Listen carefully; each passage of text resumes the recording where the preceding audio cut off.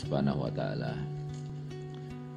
Yang demikian itu dijelaskan dalam Al-Qur'an, wa yas'alunaka 'anir ruh qulir ruh min amri rabbi wa ma utitum minal ilmi illa qalila. Kalian tidak diberikan ilmu kecuali sedikit saja. Tapi ada sebagian ulama yang menjelaskan bahwasanya ruh itu adalah darah.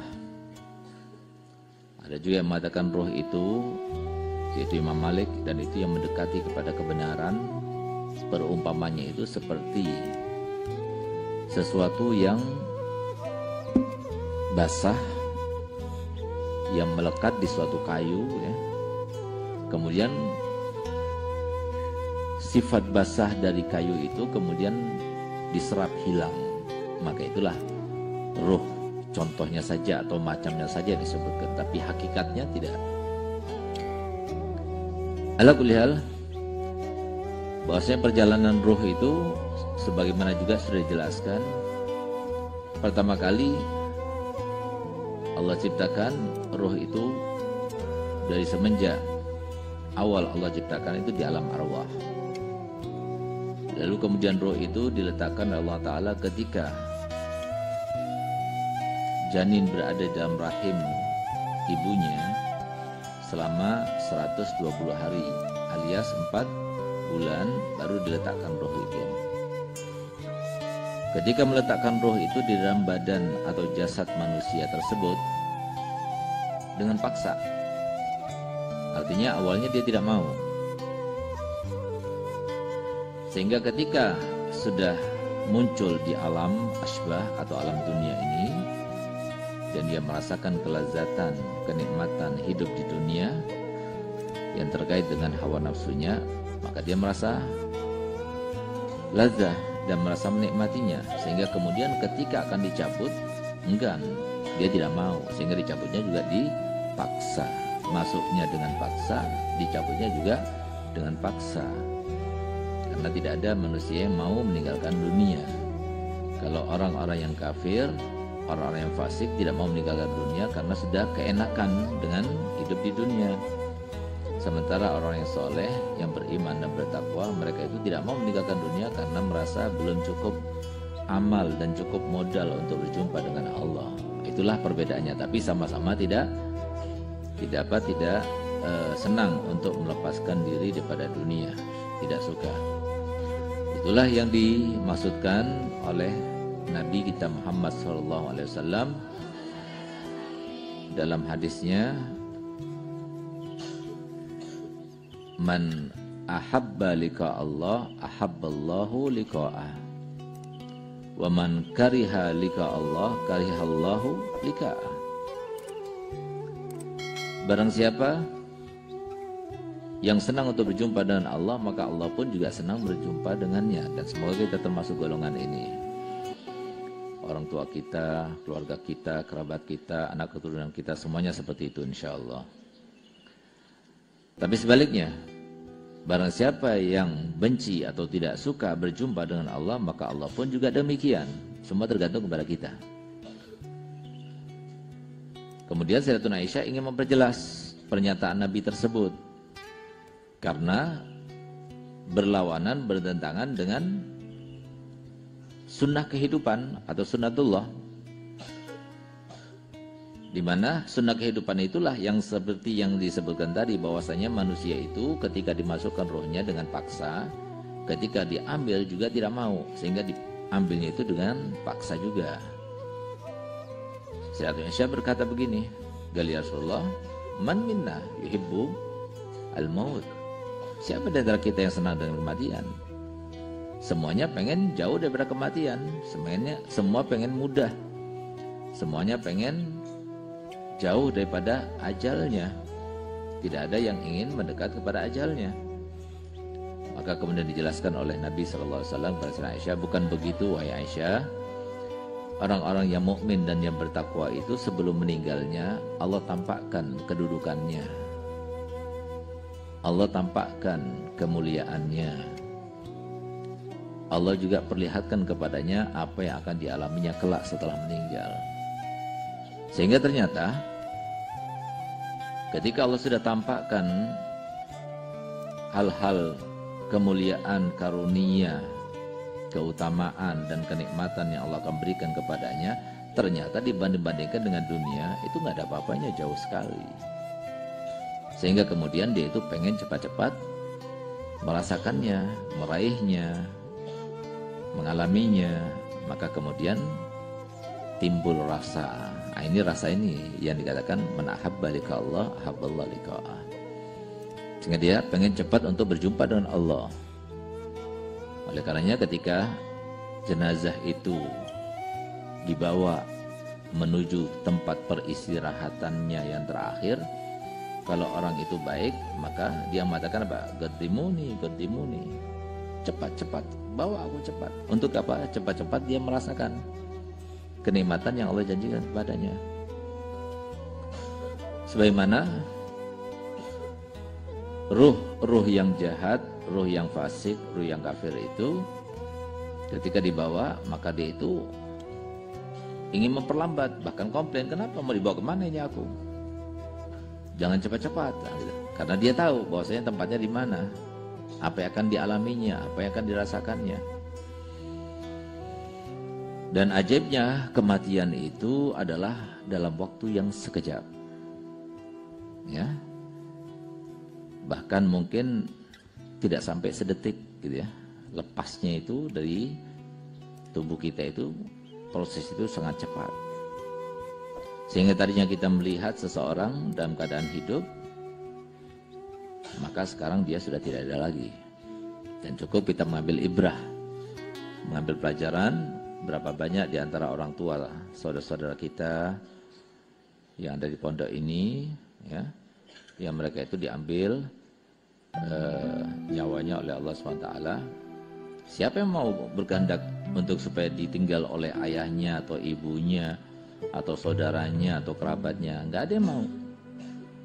Tapi masalahnya Allah yang berkehendak, Allah yang mau. Nah, sehingga kemarin Ustaz merasa sedih sekali karena salah satu sahabat terdekat, ya, seorang yang sangat bermanfaat bagi umat, ya, yaitu orang tua daripada saudari kalian,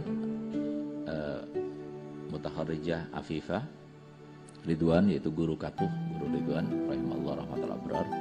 Kita bacakan Fatihah, semoga diterima di sisinya dan diberikan jariyahnya setelah meninggalnya ini, benar-benar membuat nikmat kehidupannya selanjutnya, anak-anaknya, putra-putrinya semuanya, semoga bisa meneruskan perjuangannya sehingga menjadi jariyah untuknya insyaallah. Al-haziniyah wa likulli niyatin salihah wa ila ruhi Al-Fatihah.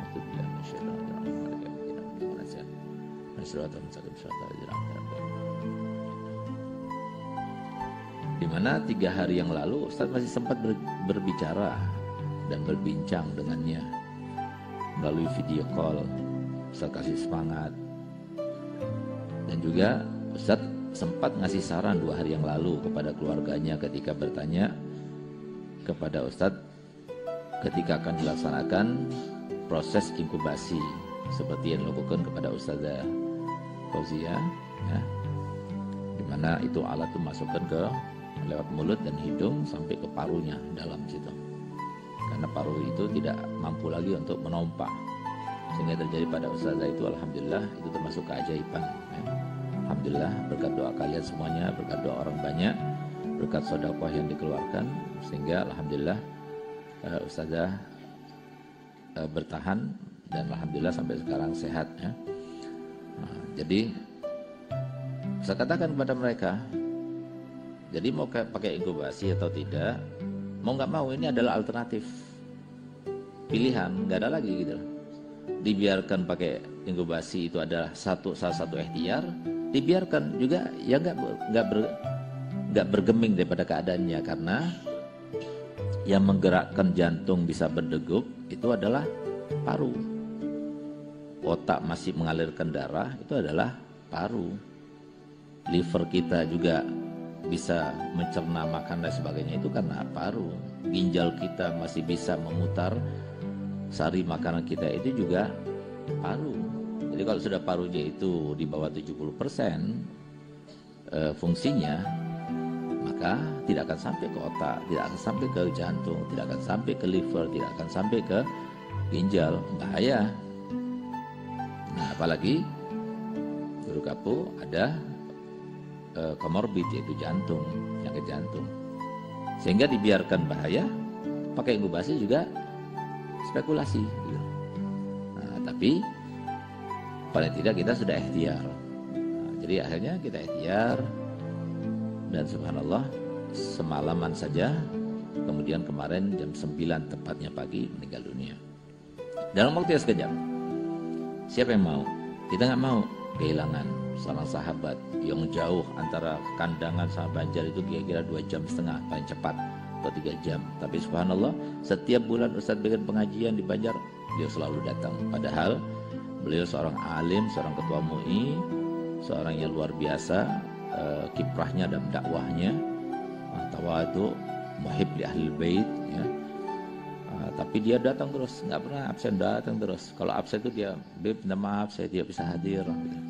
Padahal beliau seorang guru yang muridnya itu kalau pas hari Ahad itu, yang hadir itu sampai 21.000.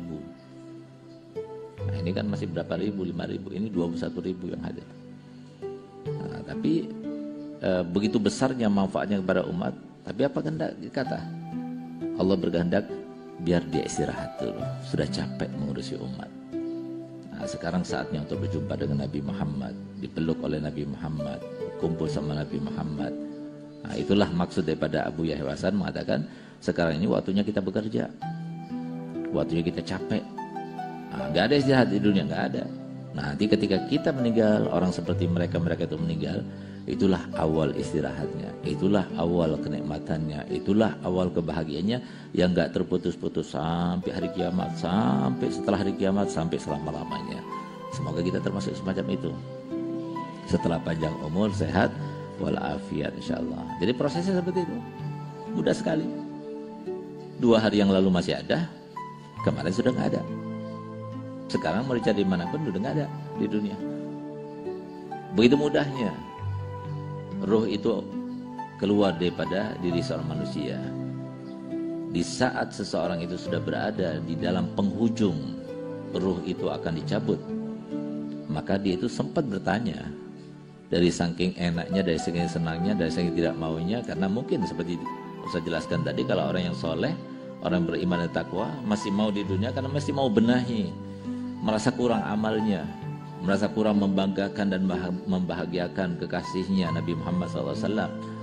Itu yang dirasa, sehingga masih dia bertanya ketika datang malaikat Israel dan melihatnya, undurkan aku 1 tahun saja.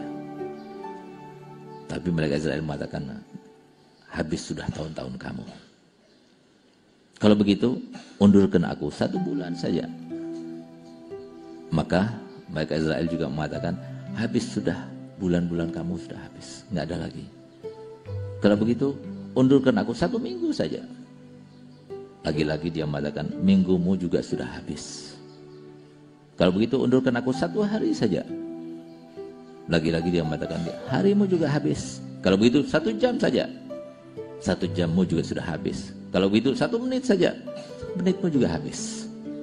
Fa idza jaa ajaluhum fala yastakhiruna sa'atan wa la yastaqdimun. Nah, disitulah ketika di saat-saat itu tawari dunia sebanyak-banyaknya, jabatan setinggi-tingginya, perempuan secantik-cantiknya, tidak ada lagi keinginan untuk meraihnya.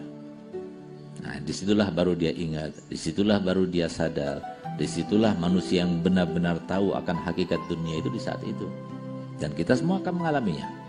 Nah, oleh karena itu, jangan tergantung pada orang lain. Jangan tergantung kepada orang tua, jangan tergantung kepada guru, tapi tergantung kepada diri kita dan pasrah kepada Allah. Itulah yang harus kita lakukan. Selama kita masih hidup, lakukan semuanya. Jangan pernah kita meremehkan waktu yang berlalu. Kita gunakan untuk olahraga, untuk sesuatu yang adat sifatnya, rubah jadi ibadah, semuanya jadi ibadah. Dengan apa? Dengan niat. Tidur, niat ibadah. Olahraga, niat ibadah. Makan, niat ibadah. Semua niat ibadah supaya kita tidak menyesal nantinya. Gitu. Tapi kalau kita sudah banyak mencaci maki orang, banyak berdosa, banyak menghinakan orang, banyak merendahkan orang, banyak berdosa, banyak terkait dengan kezaliman dan lain sebagainya, maka nanti di akhir kita akan menyesal. Di saat Ketika kita sekarat, siapa yang bisa membantu kita? Nabi pun ada di samping kita mendoakan, nggak bisa. Karena sudah habis bulannya, habis minggunya, habis harinya, habis jamnya. Tinggal menunggu waktunya, kalau sudah tiba, selesai sudah. Mau dia lagi bekerja, mau dia lagi sakit, mau dia lagi sehat, mau dia lagi bersama keluarga, mau dia sudah berjanji, kadung janji belum ditepati, mau dia punya hutang, mau dia nggak punya hutang, mau hari apapun yang diinginkannya atau tidak, pokoknya kalau sudah datang, selesai. Itu yang terjadi pada kita semuanya. Di saat itu kalian memikirkan jodoh, di saat itu kalian memikirkan malam pertama, di saat itu kalian memikirkan bagaimana cara bersalin ketika mengandung nanti, nggak ada lagi sudah. Di saat itu yang kalian pikirkan apa? Yang kalian pikirkan itu adalah amalku ini sudah cukup atau tidak untuk berjumpa dengan Allah. Lupa sudah anak, istri lupa, semuanya sudah lupa. Dirinya saja yang diingat. Karena dirinya yang membudikannya, hanya dirinya, orang lain tidak bisa merasakannya. Ambil kita rasakan, mereka nggak bisa merasakannya. Paling mereka juga menangis. Berapa lama sih mereka menangis? Ya sehari, 2 hari, 3 hari, habis itu selesai. Tapi kita masih panjang kaitannya. Meninggal ada mungkar nakir, lalu ada azab kubur, ada nikmat kubur. Kita akan mengalaminya itu semuanya. Ada hari kebangkitan, ada hari hisab dan sebagainya. Itu semuanya kita akan mengalaminya karena kita sudah kadung balik semuanya. Kalau sudah balik berarti kita harus masuk surga ya atau neraka. Naudzubillah. Pikirkan itu baik-baik. Oleh karenanya bersyukur nggak ada habis-habisnya untuk kalian semuanya. Kalian diberikan taufik dan hidayah serta riayah dan inayah daripada Allah Ta'ala sehingga kalian mau mondok, betah di pondok, ada yang memfasilitasi. Nah, itu semuanya harus disyukuri, nggak ada habis-habisnya karena itu berguna nanti. Kalau sekarang kalian nggak tahu gunanya, tapi nanti kalian akan tahu ini berkat waktu aku di pondok dulu, ini berkat waktu aku dibina dulu, ditempa dulu, di pondok dulu sehingga aku jadi seperti sekarang ini. Nah, semuanya itu nanti, sekarang kita nggak tahu. Kenapa sekarang kita nggak tahu? Karena seperti disebutkan tadi. Jadi ruh itu ketika berada di alam arwah itu Allah Ta'ala sudah memanggil semuanya. Ruhnya orang kafir, ruhnya muslim yang asi, yang bermaksiat, ruhnya muslim yang bertakwa, beriman dan orang soleh. Semuanya ditanya. Alastu birabbikum? Kalian mengakui bahwasanya aku adalah Tuhanmu? Semuanya mengakui. Semuanya. Mereka mengatakan apa? Bala. Ketika ditanya dengan alastu, maka jawabannya adalah bala. Nah, kalau na'am berarti bukan. Kalau bala berarti iya. Membenarkan. Semuanya membenarkan. Sehingga lihat. Begitu mereka itu sudah muncul dan diciptakan di dunia, di alam fana ini, maka di saat itulah kemudian Allah berikan hawa dan nafsu. Hawa nafsu inilah yang kemudian melupakan. Karena apa? Ketika kita ingin sesuatu, maka kadang-kadang sampai peraturan pun dilanggar. Kenapa? Karena kita ingin sesuatu itu. Itu yang membuat kemudian banyak orang yang lupa kepada Allah. Banyak orang tidak bersyukur pada Allah. Bahkan banyak orang yang menentang kepada Allah. Terakhir kali ada video yang viral, salah satu daripada warga negara Arab sana, dia mengatakan, kalau memang ada Allah, ayo buktikan keberadaan kamu. Ini di depanku ini ada Al-Quran. Aku sobek-sobek, ayo kalau memang benar ada Allah, tunjukkan sekarang. Nah, dia tantang begitu Allah. Maka di saat itu juga, setelah itu beberapa waktu berselang, maka dia kena penyakitnya, kena penyakit seperti kanker di mulutnya itu, di giginya.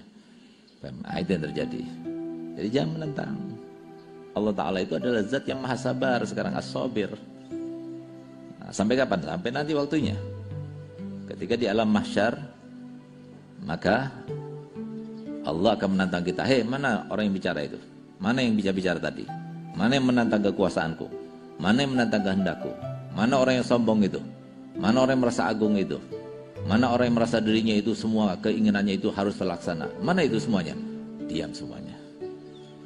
Karena merasa malu, semuanya telanjang, nggak pakai apa-apa. Semuanya diam. Maka Allah sendiri yang mengatakan, Anal Malikud Dayyan. Hanya aku zat yang berkuasa, hanya aku zat yang membalaskan. Kalian semua diam sekarang ini, aku yang berbicara. Tidak ada yang memberikan izin untuk memberikan syafaat kecuali dengan izinku. Kalau aku tidak berikan izin, tidak akan terlaksana. Dulu waktu di dunia, aku diam. Kamu berkata begini, diejek-ejek agama ini, kekasihnya diejek-ejek, diperlakukan dan lain sebagainya yang tidak senonoh dan tidak baik, para ulamanya dan sebagainya. Diam Allah Ta'ala, tapi nanti nggak bakal diam lagi. Nah, jadi itu yang terjadi. Sehingga apa? Banyak di antara kita yang ketika kita bertobat dan mendapatkan hidayah, seakan-akan loh, kayaknya ini sesuatu yang sudah lama dalam benakku, sudah lama dalam pikiranku. Nah, makanya di sini disebutkan, jadi seakan-akan orang itu begitu dia itu dapat hidayah, dia ingat kembali ketika di alam arwah. Nah, tapi kalau ditanya seperti kalian, walaupun kalian sudah dapat hidayah sekarang ini dan semoga berkesinambungan sampai akhir hayat, ingat nggak ketika kita mengatakan bala kepada Allah Ta'ala? Nggak ingat. Nggak ingat, tapi Allah mengingatkan kita. Makanya manusia itu dikatakan manusia. Karena apa? Karena manusia itu adalah zat yang suka lupa. Kok bisa? Iya, panggilan Allah cuma sekali. Sementara yang terjadi baru kita berkali-kali.